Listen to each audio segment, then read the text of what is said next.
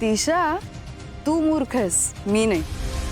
मला सांग, आतापर्यंत तुझा कुठला प्लॅन सक्सेसफुल झाला? तू प्लॅन्स करत राहिलीस आणि सतत तोंडावर पडत राहिलीस ग. आणि आज पण तसंच होणार. त्यामुळे तू माझ्याशी कितीही गोड बोललीस तरी मी तुझ्या प्लॅन मध्ये सामील होणार नाही. आपली युती विसर तू. ओके, विसरते.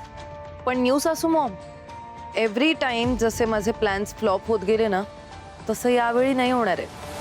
ते फ्लॉप झाले कारण दरवेळी काही ना काही अडचणी येत राहिल्या. पण आत्ताचा जो हा प्लॅन आहे ना, या प्लॅन मागे माझा हात आहे हेच कोणाच्या लक्षात नाही येणार आहे. त्यामुळे या सगळ्यात मी अडकण्याचा संबंधच येत नाही. आणि न्यू सासू मॉम, तुम्हाला तर चांगलंच माहिती आहे, मला दुसऱ्यांच्या खांद्यावर बंदूक ठेवून गोळी चालवायला खूप मज्जा येते. ऐक दिशा, मी तुला अजूनही समजावते, तू थोडी शांत राहा. वहिनींना चुकून जरी समजलं ना की तू या घराला उद्ध्वस्त करण्याची स्वप्न बघतेस आणि तसे प्लॅन आखतेस, अशा हाकलून लावतील ग घराबाहेर. त्यामुळे जोपर्यंत आहेस तोपर्यंत शांत मजा घेत राहा. हा, नको पडू या सगळ्यात, बाजूला राहा जरा. नाहीतर काय आहे, या अहिल्यासमोर तू टिकणार नाहीस ग. कोण आहे ती अहिल्या? कोण आहे ती? आणि ती काय मला या घराबाहेर काढणार? तुम्ही बघाच ना, आता लवकरच या संपूर्ण घराचीच राख रांगोळी करून टाकणार आहे मी. न्यू सासू मॉम, माझा प्लॅन ऑलरेडी एक्झिक्यूट झालेला आहे. लवकरच सक्सेसफुल सुद्धा होईल, बघाच.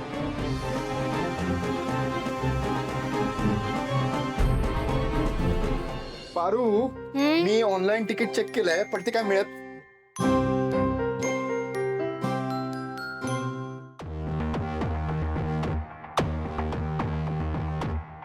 पारू, पारू इकडे बघ.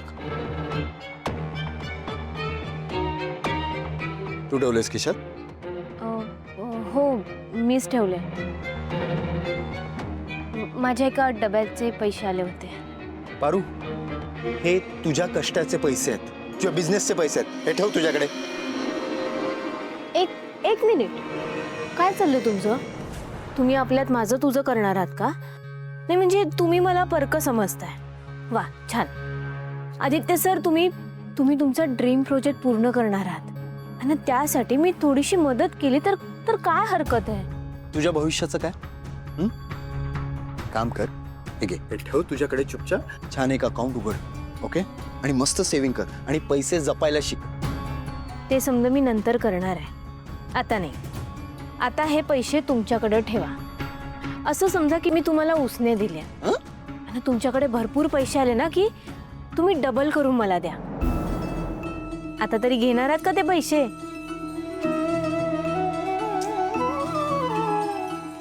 अभ्यासाचा उपयोग चांगलाच होतो, म्हणजे डबल वगैरे चांगला. खरं सांगू, मला खूप बरं वाटतंय का, म्हणजे तुझा अभ्यासही छान चालू आहे, बिझनेसमध्येही प्रगती करतेस. पारू, इतकी मेहनत कर ना आणि आईसारखी मोठी बिझनेस वुमन हो. माझा तुला पूर्ण पाठिंबा आहे, ओके? आदित्य सर, माझं बी एक स्वप्न आहे, कुठल्याही परिस्थितीत तुमचा प्रोजेक्ट पूर्ण व्हायलाच पाहिजे. अरे डोंट वरी, बिझनेस तर मी 100% पूर्ण करून राहणार. तर आज मला हिची खूप आठवण येते. कधी असा ट्रेन बसने प्रवासच केला नाही, एवढ्या लहान घरातही कधी राहिलं नाही. अशा परिस्थितीची सवय करून घेतोय. अडचणी येत आहेत पण आपण दोघे मिळून त्यातनं मार्ग काढतोय. तू सोबत आहेस म्हणून ह्या सगळ्या गोष्टी पॉसिबल होत आहेत. पारू, मी डिलिव्हरी बॉय झालो तेव्हा ग्राउंड लेवलला जाऊन किती मेहनत करावी लागते हे ज्ञान मला शाळेतही नव्हतं मिळालं, आणि हे सगळं नॉलेज मला घरातून बाहेर पडल्यानंतर मिळत आहे.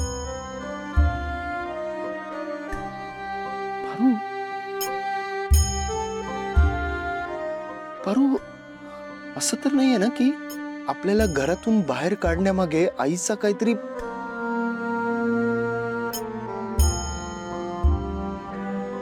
आईचा आज येत होतं का?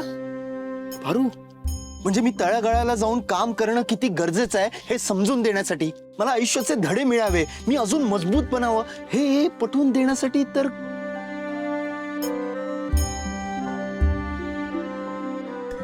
मला तर आता असं वाटतं की आई अशी अचानक येईल आणि म्हणेल की आदित्य, पारू, तुम्ही परीक्षेत पास झाला, चला मी तुम्हाला घरी न्यायला आले. एक दिवस हे नक्की पूर्ण होईल. आदित्य सर, देवी आई आपल्याला माफ करतील आणि घरी परत घेऊन जातील. आपण असं समजूया की आता आपली परीक्षा सुरू आहे आणि त्यात आपण नक्की पास होणार. 100% पास होणार का? आपण प्रामाणिकपणे कष्ट करत आलो आहोत आणि त्याची फळही आपल्याला मिळणार. मी काय तुझ्याशी बोलत बसलो पारू, मी तिकीट काढलं पाहिजे. हा हा, चल.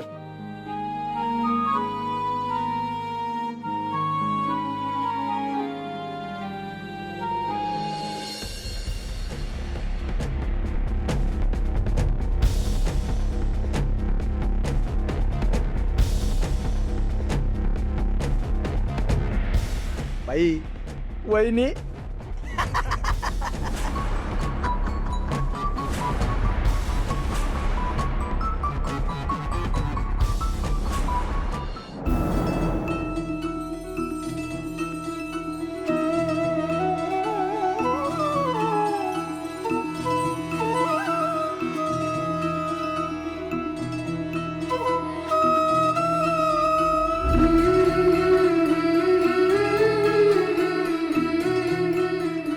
देवा, माझ्या कुटुंबाचं रक्षण कर, त्यांना सुखात समाधानात ठेव.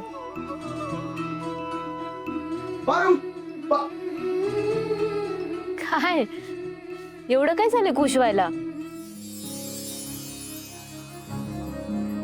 आज रात्री उशिराचं तिकीट मिळालंय.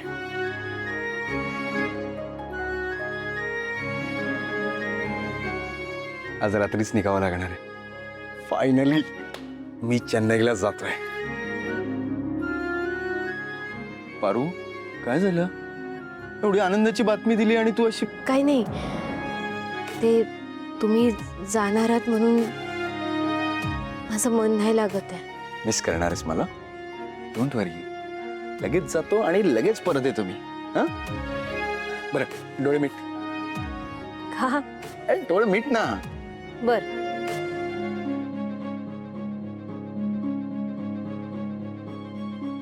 उघडू का? हात पुढे कर. काय चाललंय तुमचं?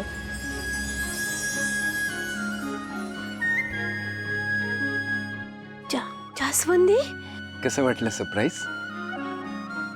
तुझी मैत्रीण तिकडे बंगल्यावरच राहिली ना.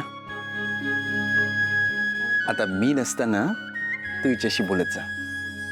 थँक्यू.